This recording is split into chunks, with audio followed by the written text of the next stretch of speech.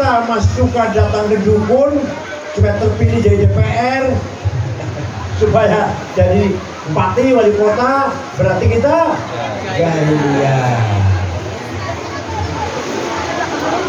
Kalau kita masih percaya pada mantra-mantra sihir, berarti kita jahiliyah. Allah berfirman dalam Al-Quran, "Huwallazi ba'atha fil ummiyina rasulan minhum yatlu 'alaihim." Nabi Muhammad membangun masyarakat Arab yang jahiliyah. Langkah pertama, yatlu 'alaihim ayat. Bacakanlah kepada mereka ayat-ayat Al-Qur'an. Oleh karena itu, di sini harus ada majelis taklim yang mengajarkan Al-Qur'an. Seorang mubaligh, penceramah, khotib, kalau ceramah harus berdasarkan Al-Qur'an. Jangan ceramah dari awal sampai akhir dagelan saja, ketawa terus. Ya undang saja calon toh ini. Ada lagi yang ceramah marah-marah terus, mencaci maki dari awal sampai akhir. Itu bukan mau'idhah hasanah.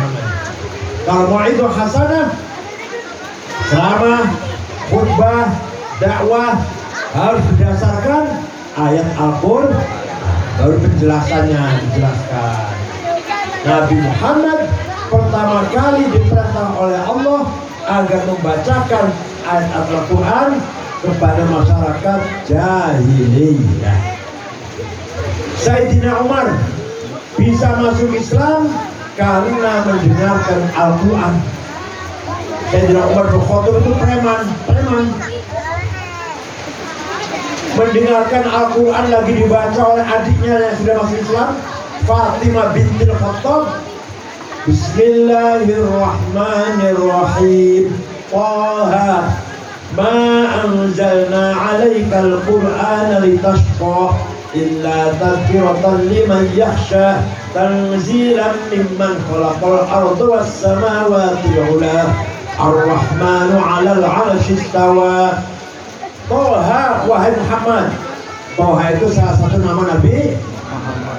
Toha, wahai Muhammad, ma anzalna 'alaikal Qur'ana litashqa. Tidak sekali-kali aku turunkan Al-Quran untuk membuat kamu celaka. Tidak. Illa tadhkiratan liman yakhsha. Quran diturunkan untuk sebagai peringatan bagi orang yang mau diingatkan. Tanzilan mimman khalaqal arda was samawati ula. Diturunkan dari Tuhan yang menciptakan bumi dan langit. Siapa namanya? Ar-Rahman, yang maha kasih sayang. Ala asyistawa, yang menguasai alam jagat raya ini, dari alam sampai ujung dunia. Dan Sayyidina Umar mendengar Quran itu dibaca, apa? Terduduk, lunglai, lemes. Kalau bahasa Jawa melumpruk. Terduduk. Segitu Umar preman, jawara, pendekar, dengar baca Toha, terduduk. Kalau kita dengar baca Quran malah muak ya. Kalau Umar malah terduduk, lemes. Setelah itu tanya pada adiknya, Aina Muhammad sekarang? Di mana Muhammad sekarang? Di sana di jihad, di rumahnya Arqam bin Abil Arqam. Umar lari ke sana, ketok pintu. Nabi dengan para sahabatnya dalam rumah itu, sahabat ketakutan. Umar datang ke sini mau apa ini? Mau marah-marah ini, mau peleng ini. Marah-marah ini. Nabi dengan tenang membuka pintu. Sayyidina Umar masuk, memeluk Rasulullah, menyatakan Islam, membaca 2 kalimat syahadat. Nabi bersabda, ini terkabulnya doa saya. Saya selalu berdoa, Allahumma qawwil Islam bi ahadi Umarain. Ya Allah, kuatkanlah Islam dengan salah satu Umar. Gak usah 2 deh, 1 saja Umar.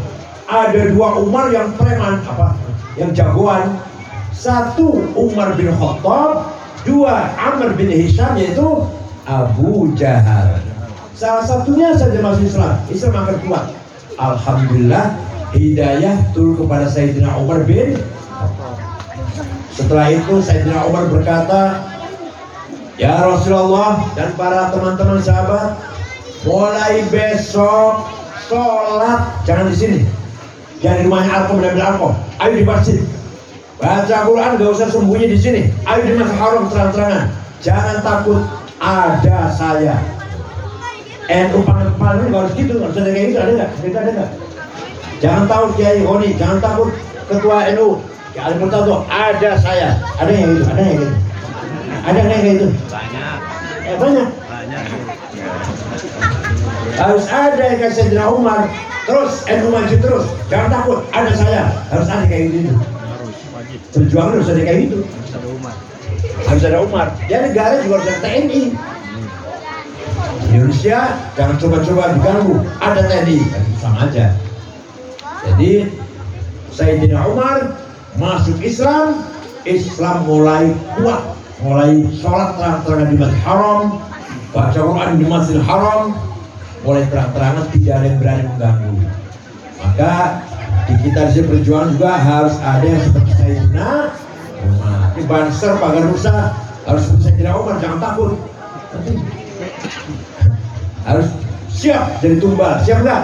Siap. Siap jadi tumbal. Nah, yang pertama Rasulullah membacakan Al-Quran. Ada yang kontra, yang menolak. Muhammad itu ajakannya benar, tapi sayang menjelek-jelekan berhala. Saya bisnisnya berhala, saya bisnisnya bikin berhala. Ya kalau saya masuk Islam, bagus ekonomi saya. Ada kayak gitu. Ada lagi yang Muhammad tuh ajakannya benar, tapi kalau saya ikut Muhammad nanti duduk bersama Bilal, budak hitam, Zaid bin Harithah, budak hitam, Yasir, Ammar bin Yasir, budak hitam, Suhaib Ar-Rumi, budak, walaupun gak kulit hitam, Suhaib Ar-Rumi, tapi budak. Waduh, gengsi dong. Kalau saya ikut kiai ngaji di musola yang toiletnya bau pete, tikarnya bolak, robek, kotor, musolanya kotor, aduh gengsi ya kalau ikut kiai ya. Ini ada yang seperti itu, mengakui kebenaran Muhammad tapi karena gengsi. Ada lagi, kalau saya ikut Nabi Muhammad, waduh, larangannya banyak. Dilarang membunuh, dilarang berzina, dilarang minum khamr, dilarang makan babi. Saya kerjaan saya itu, kerjaan saya cuma itu, minum khamr, zina, makan babi, makan anjing. Nah kalau ikut Muhammad berhenti, waduh gak kuat, saya gak kuat. Ada yang kayak gitu kan? Kita ini kalau ikut kiai nanti dilarang ini, dilarang itu, dilarang ini. Usaha kerjaannya seperti itu tiap hari kok. Wah gak usah ikut kiai lah. Ada yang gitu, ada gak? Ya. Ada juga yang kalau mendengarkan Al-Quran ngeri, setelah mati dihidupkan lagi, setelah itu diperiksa kelakuannya, yang baik surga, yang jelek neraka. Ngeri. Lebih baik gak usah dengar Al-Quran, lebih baik gak usah mendengarkan Al-Quran, biar enak hidup saya. Karena Al-Quran atau pengajian atau orang ceramah, orang khutbah, ngeri rasanya. Mati nanti dibangkitkan kembali, hidup kembali, diminta bertanggung jawab, kelakuannya ngeri ya, lebih baik gak usah dengar. Ada yang kayak gitu, ada yang di sini. Jadi itu yang menolak Al-Quran, tapi yang menerima Muhammad buta huruf, tidak pernah belajar, gak pernah sekolah, gak pernah ngaji, gak pernah melancong, tiba-tiba menyampaikan kalam yang susunan bahasanya luar biasa indahnya, isinya juga luar biasa. Muhammad buta huruf, kok bisa cerita sejarah Nabi Adam, Hawa di sorga melanggar larangan Tuhan makan buah, diusir dari sorga, cerita Nuh, banjir topan, yang selamat hanya Nabi Nuh dan rombongannya 80 orang yang naik perahu. Itu ada di kitab suci itu. Dongeng itu ada di Taurat. Ada di kitab Taurat. Muhammad nggak pernah baca Taurat, nggak bisa baca. Muhammad bisa cerita Musa, tongkatnya bisa mengalahkan tukang sihir, tongkatnya bisa memukul Laut Merah, bisa jadi jalan tol. Akhirnya dia dengan rombongan Bani Israel selamat.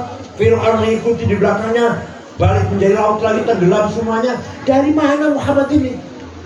Itu ada ceritanya di kitab Taurat itu. Lalu Muhammad gak bisa baca dan gak pernah pegang Taurat. Pegang aja gak pernah itu Taurat. Dari pedalaman kok. Muhammad bisa cerita Nabi Isa bisa menyembuhkan orang sakit, menyembuhkan orang buta, menyembuhkan orang lumpuh. Dari mana? Nah ini yang menerima hidayah, heran, kagum dengan yang dibaca Muhammad. Kalamnya indah, redaksinya indah, baligh, sastra. Quran itu isinya pun luar biasa. Maka banyak orang masuk Islam. Oh, jadi sekali lagi ada masalahnya ya? Ada ya? Mulai salim ya? Mulai salim harus pertama kali mengajarkan tilawatil Quran yang benar. Anak kecil harus bisa baca Quran dengan baik. Nah, yatlu alaihim ayat, itu langkah pertama. First step, al-khutbatul ula. Yang kedua, setelah Nabi Muhammad menyampaikan Quran, langkah kedua apa? Yatlu alaihim ayati wa yuzakkihim, membangun karakter, membangun akhlak, membangun kepribadian. Orang Arab primitif jahiliyah gak ngerti apa itu benar, apa itu adil, apa itu baik. Orang pedalaman, orang primitif jahiliyah. Tiba-tiba setelah masuk Islam, dibentuk karakternya, dibentuk akhlaknya, ngerti yang namanya adil, ngerti yang namanya jujur, ngerti yang namanya benar, ngerti yang namanya tanggung jawab. Ya Allah, Sayyidina Umar yang preman itu, Umar pernah membunuh anak perempuannya, dikubur hidup. Waktu belum Islam, Umar pernah nidurin anak kandungnya sendiri, putrinya sendiri, ditidurin. Waktu jahiliyah. Dan sekarang setelah masuk Islam, Sayyidina Umar ngerti ini benar, ini salah, ini adil, ini zalim, ini baik, ini buruk. Hebat itu setelah masuk Islam ini. Wa yuzakki. Oleh karena itu, mari kita belajar meniru akhlaknya Rasulullah Sallallahu Alaihi Wasallam. Wa innamal umamul akhlaqu ma baqiyat fa inhum dhahabat akhlaquhum dhahabu. Martabat orang Palmerah tergantung akhlaknya, bukan agamanya. Agama Islam semua sudah. Mau kemana sampean? Ente mau kemana? Mau ke Palmerah. Hati-hati. Saya pernah ke sana, sholat di musola, sepatu hilang. Hati-hati, terkenal Palmerah. Akhlaknya jatuh nggak itu? Jatuh nggak martabatnya? Orang nggak akan tanya Islam atau bukan Islam. Yang ditanyakan, saya mau ke Palmerah, aman tidak? Orangnya baik-baik.